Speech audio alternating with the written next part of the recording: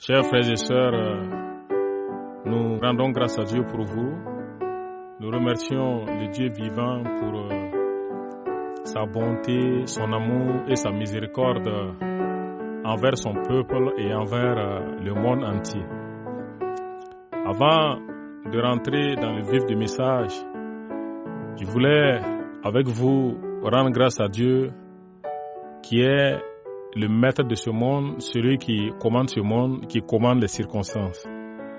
Nous vivons actuellement des moments où le monde est en ébullition et certains pensent peut-être que les événements qui se passent échappent au contrôle de Dieu, mais je puisse déjà vous rassurer que tout ce qui se passe est sous le contrôle absolu de notre Dieu. Frères et sœurs, soyons rassurés et continuons à marcher par la foi avec le Seigneur qui a dit qu'aucun seul de nos cheveux ne peut tomber sans sa volonté. Alors que le Seigneur, suite au premier message que j'ai donné ici, dans lequel j'ai parlé du fils prodigue qui était jeune par rapport à son frère, mais qui connaissait profondément son père, qui connaissait le cœur de son père et qui a osé faire une grande demande à son père, qui est la part de bien qui doit lui revenir. Ce soir, je voulais aborder encore un thème qui fait suite à ce message et qui est d'une grande importance. Ce thème, il est un thème pour non seulement les chrétiens, mais plus particulièrement pour les évangélistes et pour ceux qui conçoivent des projets avec Dieu. Généralement, quand nous regardons le chrétien et dans sa façon de marcher et dans son approche des choses, dans le déroulement de sa vie, nous constatons que les chrétiens sont comme un peu coincés, les chrétiens manquent d'audace, les chrétiens n'osent pas avoir de grandes visions, et les chrétiens sont comme entre quatre murs. Ce soir, ce message va t'aider à lever les barrières et les blocages qu'il y a dans ta vie et avoir une vision encore plus large. Le titre, avoir la vision de Dieu, voir comme Dieu voit les choses. Généralement, dans notre vie chrétienne, nous sommes retenus ou bloqués par certaines positions que nous prenons, lesquelles positions sont dues peut-être à des messages que nous avons entendus de la part de tel ou de tel autre prédicateur, ou ces positions sont dues à notre mauvaise approche de la parole de Dieu ou à une incompréhension pure et simple de la parole de Dieu. Le chrétien, aujourd'hui, issu de la nouvelle alliance, a beaucoup de choses en sa possession, a beaucoup de capacités en sa possession, mais quand vous voyez le rendu de l'évangile, de ce qu'il connaît de Dieu, vous voyez que c'est fou. Par la grâce de Dieu, on va s'aider, on va se donner des coups de main pour avancer ensemble. Et tu vas voir, mon frère, tu vas voir, ma soeur, que certaines choses vont devenir claires pour toi au nom de Jésus. Quand vous lisez dans le Nouveau Testament, la plupart des gens qui ont approché Jésus et qui avaient des besoins particuliers, quand ils venaient vers le Seigneur, Jésus est sage. Jésus connaît l'homme. Il te dit seulement qu'il te soit fait selon ta foi. C'est comme si Jésus disait à ces gens, si tu me tends un gobelet d'1 litre, je ne mettrai qu'1 litre dans ton gobelet. Si tu me tends un seau de 20 litres, mais que tu as une foi de 5 litres, je ne vais servir que 5 litres dans ton seau de 20 litres. C'est-à-dire que les 15 litres vont rester vides. Jésus est sage. Tu ne peux pas, même il y a des chrétiens partout, quand vous les entendez, disent non, moi j'ai la foi pour telle chose. Moi, non, ce n'est pas une foi. C'est des imaginations, c'est des pensées, ce n'est pas une foi. Si tu tiens un gobelet, du moins un seau de 20 litres, et que tu as la foi de 20 litres, tu verras que le seau va se remplir, c'est ça, à hauteur de 20 litres. Hein? Tu n'auras pas 15 litres, mais tu auras 20 litres. Alors, ce soir, je veux parler de la rencontre entre Abraham et Dieu et de ce que Dieu a dit à qui? À Abraham. Lisez avec moi Genèse chapitre 28, verset 14. Dieu dit à Abraham, ta postérité sera comme la poussière de la terre. Tu t'étendras à l'Orient et, du moins à l'Occident et à l'Orient, au Septentrion et au Midi. Et toutes les familles de la terre seront bénies en ta postérité. Alléluia. Vous voyez ici que Dieu a dit à Abraham, tu t'étendras à l'Occident et à l'Orient, au Septentrion et au Midi. Et toutes les familles de la terre seront bénies en toi et en ta postérité. Vous voyez les limites géographiques que Dieu a données à Abraham. Dieu a donné à Abraham l'Est, l'Ouest, le Nord et le Sud. C'est-à-dire, c'est les 4 points cardinaux que Dieu a donnés à Abraham. Mais cette bénédiction d'Abraham allait au-delà du peuple d'Israël. Cette promesse que Dieu a faite à Abraham touchait la postérité qui est Christ. C'est-à-dire, nous qui sommes issus de Christ. Ah, c'est une promesse, la grande promesse. Mais, je vais attirer votre attention sur quelque chose ici. Parlant du peuple d'Israël lui-même. Je repars à Genèse 13, 14 maintenant. L'Éternel dit à Abraham, après que Lot se fut séparé de lui, lève les yeux et du lieu où tu es, regarde vers le nord et le midi, vers l'Orient et l'Occident. Ces 2 paroles, comme vous les lisez, que ce soit Genèse 13 ou Genèse 28, vous voyez clairement qu'il y a une différence entre ces 2 passages-là.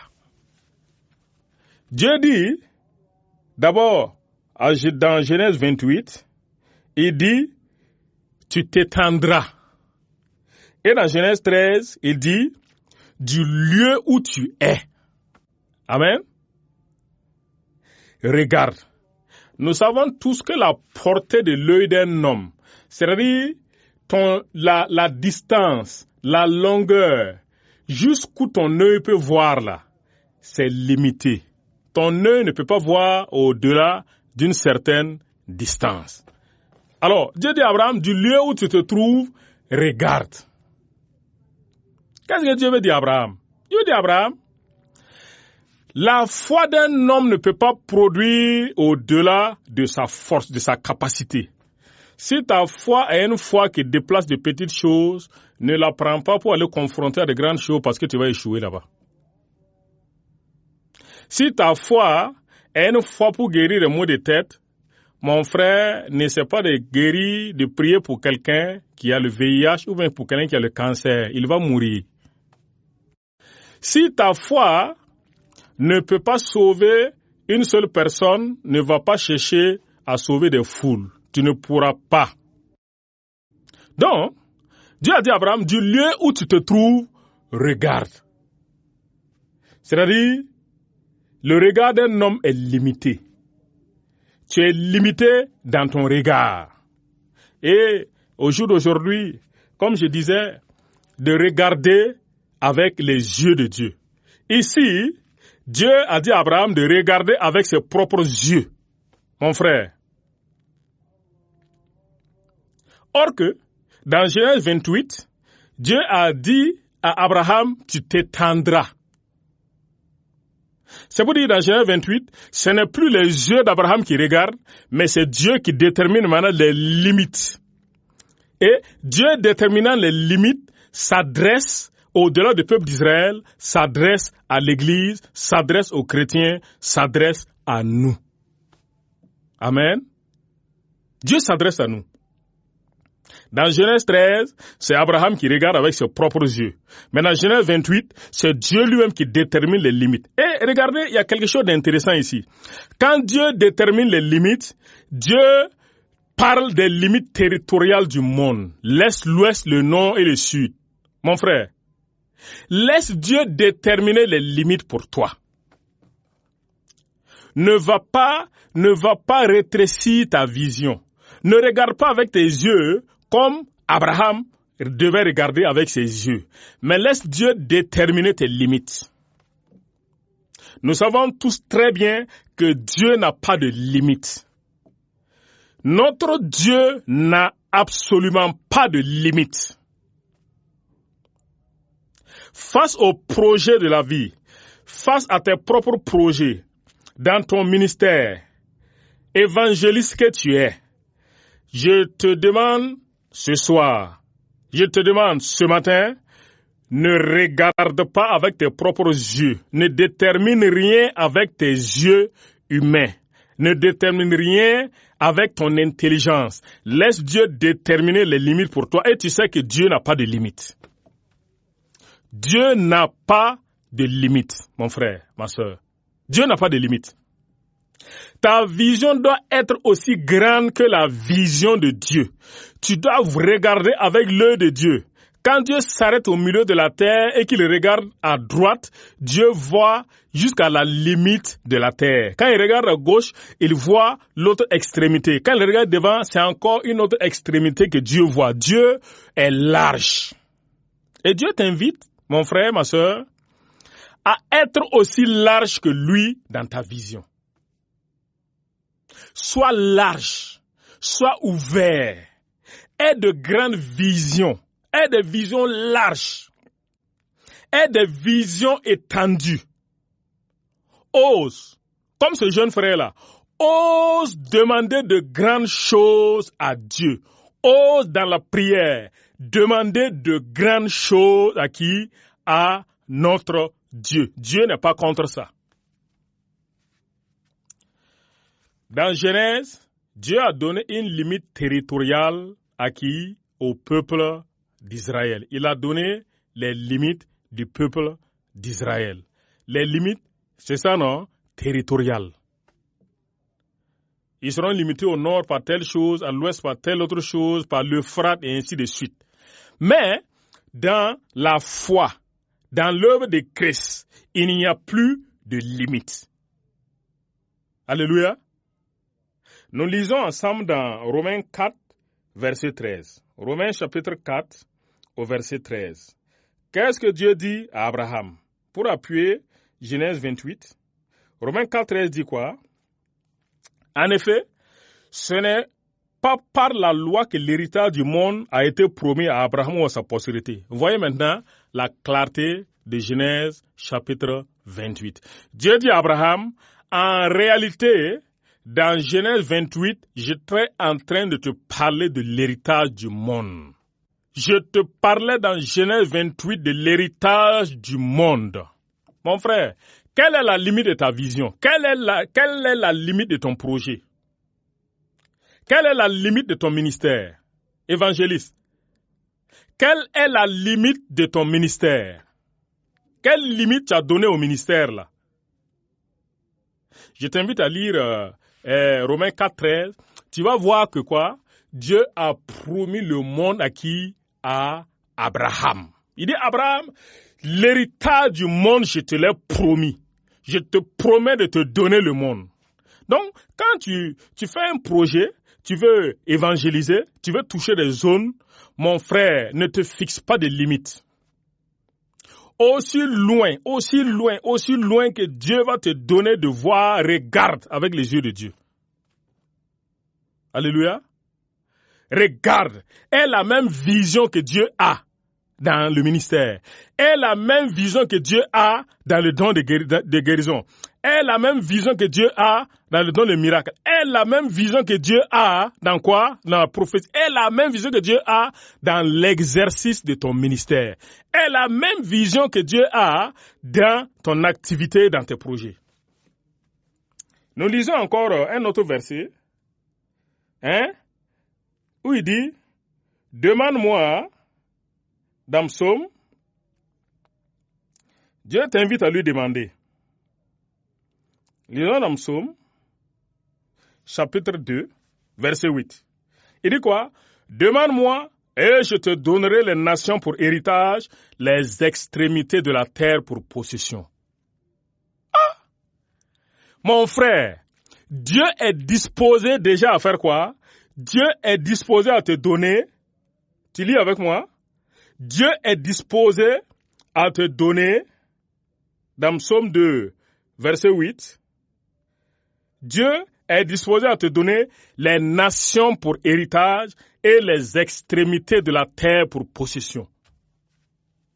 Toi, tu crois que Dieu, il y a des choses que Dieu a coincées, Dieu ne va pas te donner, non, Dieu ne va pas accéder à ta requête. Voilà Dieu qui te dit ici, demande-moi, et je te donnerai les nations pour héritage, les extrémités de la terre pour possession. C'est-à-dire qu'il n'y a pas une chose que Dieu a refusé de te donner. Si tu oses demander, si tu oses apporter ta requête avec foi, comme le jeune fils a apporté sa requête avec foi, si tu oses apporter ta requête avec foi, Dieu va exaucer, Dieu va t'exaucer, Dieu va te donner la taille de ce que tu lui as demandé.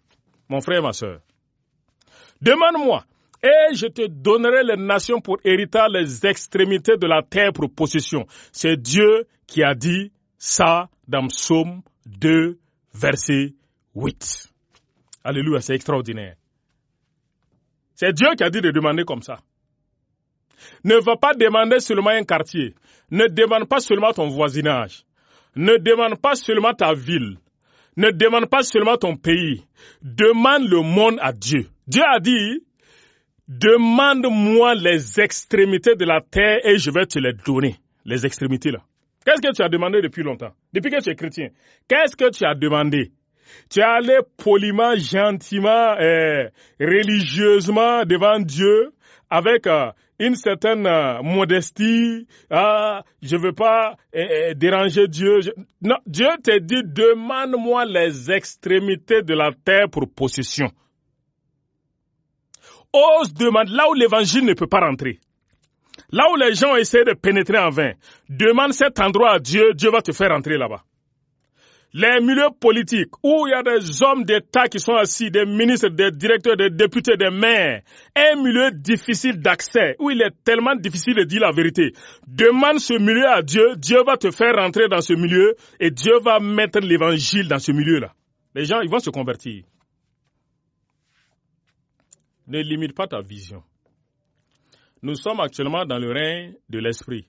C'est l'esprit de Dieu qui... Il n'y a pas de limite pour l'esprit. S'il a pu faire enfanter une vierge, mon ami, c'est possible. Demande avec foi. Et tu vas voir, ça va faire quoi? Tu vas voir, ça va se réaliser. Il dit, demande-moi. Je te donnerai les nations pour héritage, les extrémités de la terre pour possession. Nous allons encore plus loin, où nous allons voir Dieu qui veut, Dieu qui t'invite à élargir ta vision. Mon frère, ma soeur, élargis ta vision. Ose demander. Ose. Amène cette requête devant Dieu. Dieu va l'exaucer. Amène-la devant Dieu. Dieu va exaucer ta requête. Parce que la Bible dit que c'est Dieu qui produit en nous. Et c'est l'Esprit de Dieu. Tu vas être poussé par l'Esprit de Dieu à demander de grandes choses et Dieu va exaucer ta demande. Dieu va accéder à ta requête. Si tu oses demander. Si tu oses aller devant lui avec une foi quoi? Une foi ferme.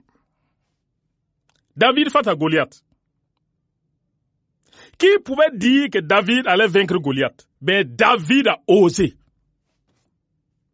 David a vu par avance la défaite de Goliath et il s'est engagé. Ça, c'est la puissance de la vision du roi David. Qui sait quand Dieu est illimité, mon frère. Dieu est illimité. Je déclare encore, notre Dieu est absolument illimité. Amen. Donc, nous lisons encore un ou deux versets. Par rapport à quoi?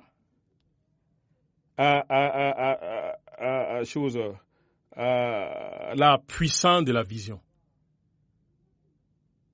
Dieu avait dit à au peuple d'Israël qu'il allait élargir les frontières d'Israël. Parce que Dieu est pour l'extension. Dieu veut que tu t'élargisses. Il a dit dans Ésaïe, en lisant ensemble dans Ésaïe 54:2, il dit « Élargis l'espace de ta tente, qu'on déploie les couvertures de ta demeure. Ne retiens pas, allonge tes cordages. » Tu vois, Dieu t'invite ici à faire quoi? À élargir l'espace de ta tente. Mon frère, élargis ta vision, vois loin. Regarde loin par l'esprit. Projette loin par l'esprit. Ose par l'esprit. Pour le ministère, élargis l'espace de ta tente. Si tu avais 2 ou 3 convertis, élargis l'espace de ta tente, mon frère. Prêche au-delà d'une personne. Prêche à des foules. Prêche à des marchés. Prêche dans le lieu public. Prêche dans le grand rassemblement. Prêche partout. Adresse-toi à des milliers de personnes. Dieu va honorer ta foi. Dieu est pour des hommes qui regardent avec les yeux que lui il a. Donc mon frère, si l'Esprit de Dieu habite en toi, laisse l'Esprit de Dieu regarder à travers toi. Et laisse l'Esprit de Dieu projeter. Quand l'Esprit projette, il n'y a pas de limite. Quand l'Esprit projette, mon ami, tu t'étends. Quand l'Esprit projette, tu te répands. Quand l'Esprit projette, tu occupes. Alléluia. Il a dit, dans Genèse, je lis ça, « Je te bénirai et je multiplierai ta postérité comme les étoiles du ciel et comme le sable qui est sur le bord de la mer. » Regardez ce que Dieu dit. Il dit, je vais te multiplier comme le sable qui est sur le bord de la mer. C'est pour dire, qui peut compter les grains de sable? Quand Dieu parle de grands projets, de grandes visions. Mon frère, si tu es chrétien et possédant l'Esprit de Dieu, emploie le langage de Dieu, projette comme Dieu projette, regarde avec les yeux de Dieu, tu vas voir, Dieu va honorer ta foi. Dieu ne va pas mettre une barrière, Dieu ne va pas mettre une limite devant toi. Dieu va te donner. Si tu demandes, il dit demandez et vous ferez quoi? Et vous recevrez. Si tu demandes, tu reçois. Jésus a dit, si quelqu'un dit à cette montagne, ôte-toi de là et jette-toi dans la mer, et s'il ne doute point dans son cœur, mais croit que ce qu'il dit arrive, il le verra s'accomplir. Ailleurs, Jésus dit, tout est possible à celui qui croit. Ailleurs, il dit, car rien n'est impossible à Dieu. Laisse ces paroles convaincre ton cœur. Lève-toi où tu te trouves. Lève-toi où tu es. Lève-toi et ose. Ose. Ose. Demander. Laisse ta foi s'étendre, ta foi élastique, laisse-la s'étendre. Laisse-la aller devant, derrière. À gauche, à droite, laisse-la s'étirer. Laisse l'Esprit de Dieu nourrir en toi une foi, une grande foi, pour que tu puisses faire de grandes choses. David Benson, et Daouza a dit, quand son pasteur lui a dit que Jésus ressuscite les morts, il est sorti en ville et il cherche où se trouvait un mort. Il est allé de porte en porte, et de quartier en quartier, pour voir où se trouvait un corps. Il est allé trouver une petite fille qui était décédée. Cet homme n'a pas mis une barrière à sa foi. Et il est arrivé, il a dit à la jeune fille, lève-toi. La jeune fille s'est réveillée. Mon frère, si ta vision est large, Dieu va exaucer, Dieu va faire. Mon frère, si tu élargis ta vision et que tu regardes avec les yeux de Dieu, je te dis, ça aura lieu, ça pourra se faire. Il y a des milieux difficiles. Non, on ne peut pas rentrer ici. Non, ce sont des gens de telle confession qui sont là. Non, on ne peut. Mon frère, c'est possible. Nous sommes allés à Boromo pour prier à l'hôpital de Boromo. C'était pendant la méningite. La méningite sévissait en ce moment. Nous avons prié pour beaucoup de gens qui ont été guéris. Certains instantanément, d'autres, ils sont le lendemain, ont reçu leur guérison. Et nous sommes arrivés au lit d'une petite fille dont le père était wahhabia. Nous l'avons invité. Nous avons dit à ce papa-là, laisse, nous allons prier pour ta fille, Jésus va guérir ta fille. Ça, c'est l'audace. Ce papa, considérant sa religion, a dit non, ne priez pas. Nous avons dit non. Le lendemain, quand on est revenu à l'hôpital, cet enfant, cette jeune fille avait saigné de la bouche et des narines. Elle était entre la vie et la mort. Nous avons encore dit à ce papa, laissez-nous prier pour votre fille. Maintenant, il a accepté. J'ai dit à quelques frères qui étaient avec moi, il dit, mes frères, Jésus va montrer à cet homme-là qu'il est Dieu. Donc, priez pour cette fille au nom de Jésus lundi. Jeudi, quand on repartait à l'hôpital, elle était assise sur un banc avec son père à l'entrée de l'hôpital. Là où tu penses que tu ne peux pas rentrer là, regarde avec les yeux de Dieu, tu vas aller rentrer là-bas. Là où tu crois que c'est impossible, mon frère, c'est possible. Jésus a dit, tout est possible à celui qui croit.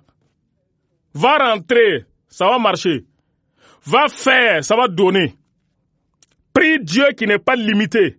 Prie Dieu qui a parlé de l'Est, de l'Ouest, du Nord et du Sud. Prie-le. Dis à Dieu, Seigneur, moi je vais oser poser cet acte. Moi je vais oser aller ici. Je m'appuie sur toi pour faire telle chose. Moïse a osé rentrer chez Pharaon. Pharaon, ce n'est pas un enfant. Hein? Moïse allait rentrer là-bas. Laisse la peur, mon frère. Dieu veut faire de grandes choses avec toi. Dieu veut élargir tes limites. Dieu veut montrer au monde qu'il est grand. Dieu veut montrer aux gens, au monde qu'il est puissant. La Bible dit que Dieu veut montrer à travers l'Église sa sagesse infiniment variée. Dieu veut étonner le monde. Dieu veut montrer sa grandeur. S'il a pu suspendre le monde dans la terre, dans le vide, c'est qu'il peut faire de grandes choses avec toi.